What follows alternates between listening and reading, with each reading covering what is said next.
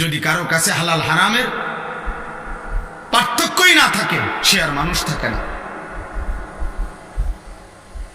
সে আর মানুষ থাকে না, সে জানোয়ারে রূপান্তরিত হয়। কারণ একমাত্র জানোয়ারের স্বভাব এটা, যার মধ্যে হালাল হারামের কোনো অনুভূতি নাই, পাক নাফাকের কোনো অনুভূতি নাই,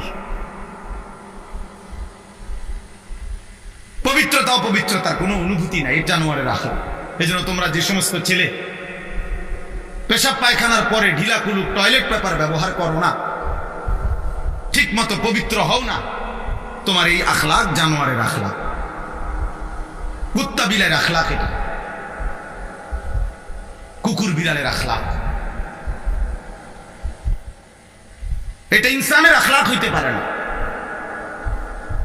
কারণ পশু এবং জন্তু জানোয়ার, তার মধ্যে হালাল হারাম পাক নাফাকের অনুভূতি নাই। কুকুর না ঠেঙ্গালগি দিয়া পেশাব করে চলে যায়, কিন্তু একজন ইনসান মানুষ সে এমন হবে কেন? এই জন্য ধীরে ধীরে অসংখ্য মুসলমান আজকে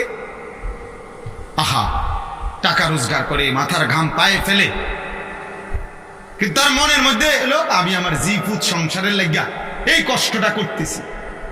কিন্তু যাদের জন্য কষ্ট করতেছে তাদের চরিত্র, তাদের আখলাক, তাদের ঈমান, তাদের আমলের ব্যাপারে ওনার কোনো মাথা ব্যথাই নাই।